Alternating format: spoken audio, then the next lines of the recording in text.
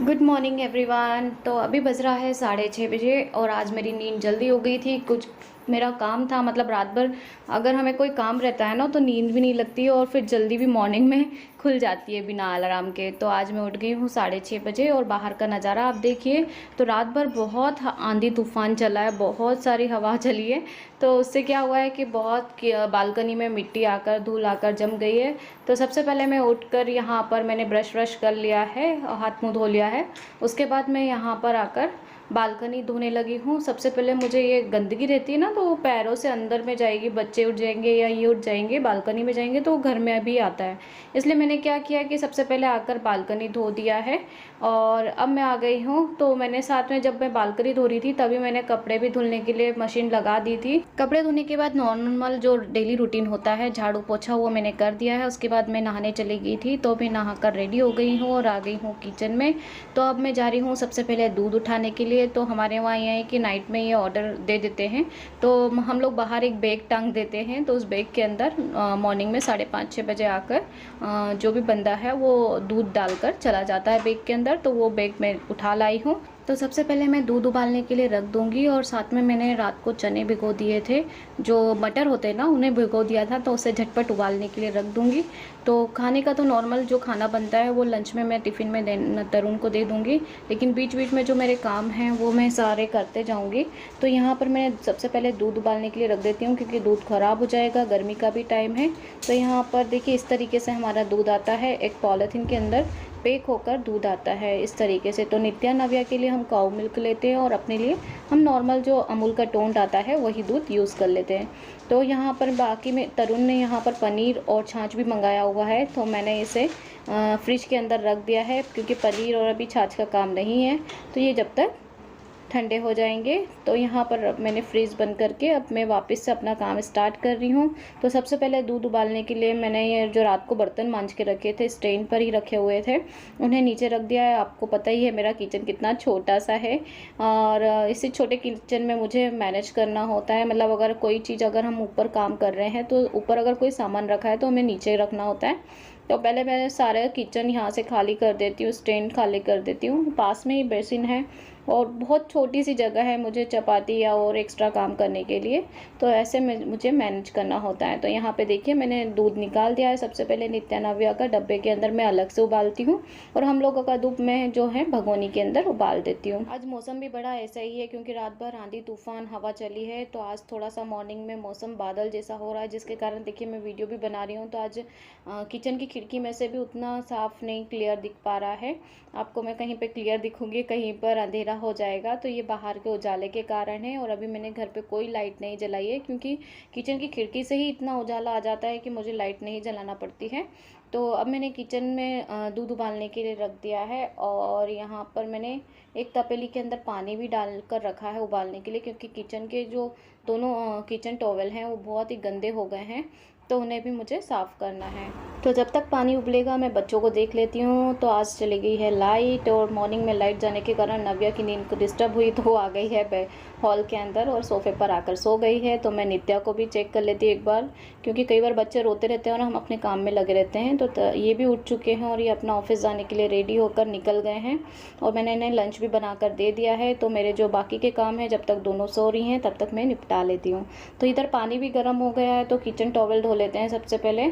तो यहाँ पर मैंने जो ये बाल्टी है मैंने किचन में ही के काम के लिए यूज़ करती हूँ। किचन में ज़्यादातर कोई भी अगर ऐसा काम होता है या फिर कुछ धोना करना होता है तो फिर मैं इसमें ही धो लेती हूँ। तो किचन नैपकिन भी मैं इसमें धो रही हूँ। तो इसमें मैंने थोड़ा सा गर्म पानी के साथ ठंडा पानी डाल दिया है और जो हमारे पास सर्फ एक्सल या जो भी डिटर्जेंट घर में अवेलेबल होता है कपड़े धोने के लिए वही मैंने 2 चम्मच डाल दिया है।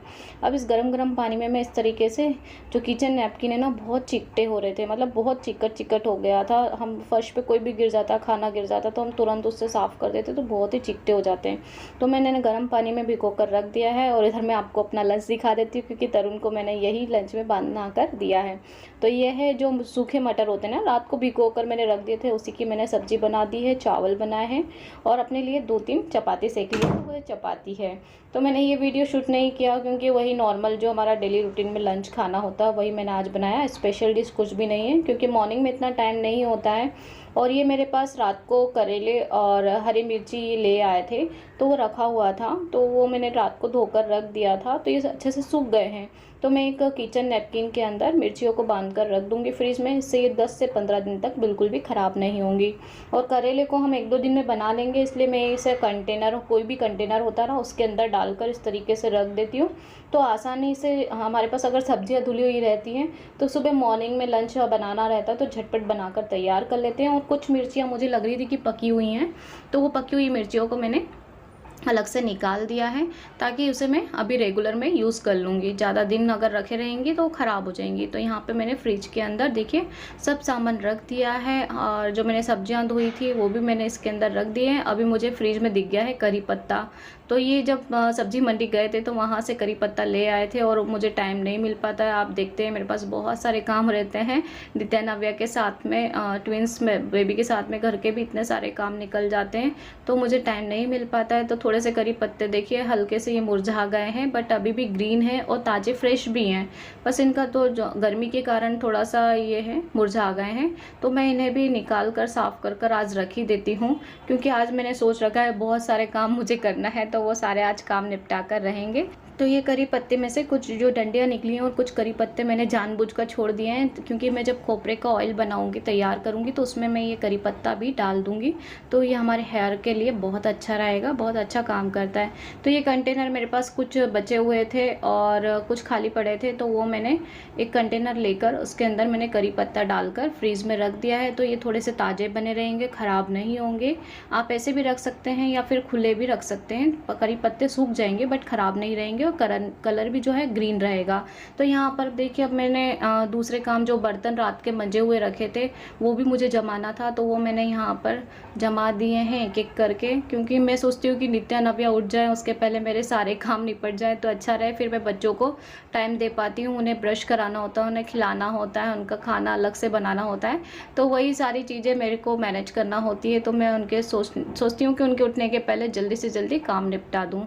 तो यहाँ पर मैंने, वैसे तो मेरा मैक्सिमम काम हो चुका है, क्योंकि मॉर्निंग में जल्दी उठ जाते हैं तो काम वैसे ही भी जल्दी ही हो जाता है। तो आधा घंटा हो गया है और किचन नैपकिन भी जो है वो अच्छे से क्लीन हो चुके हैं। आप देखिए जब मैंने इन्हें गलाया था तभी इतने गंदे थे, हाथ में लगाने पर भी मतलब चिप चिप हो रहे थे, मेरे हाथ भी गंदे हो रहे थे, बड़ा गंदा लग रहा था।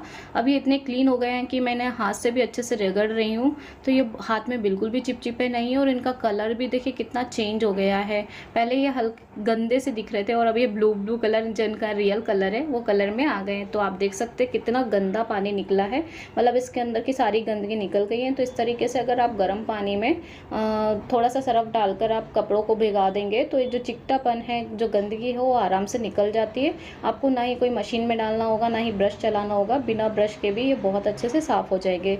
मैंने इन्हें सुखाने के लिए डाल दिया है बालकनी में, और नित्या नव्या उठ गई हैं, तो मैं उन्हें पपीता स्मूदी मैंने बना के रखी है वो खिला देती हूँ। उसके बाद उन्हें नहला धुला कर तैयार करूँगी। रोटी बना रहे हो?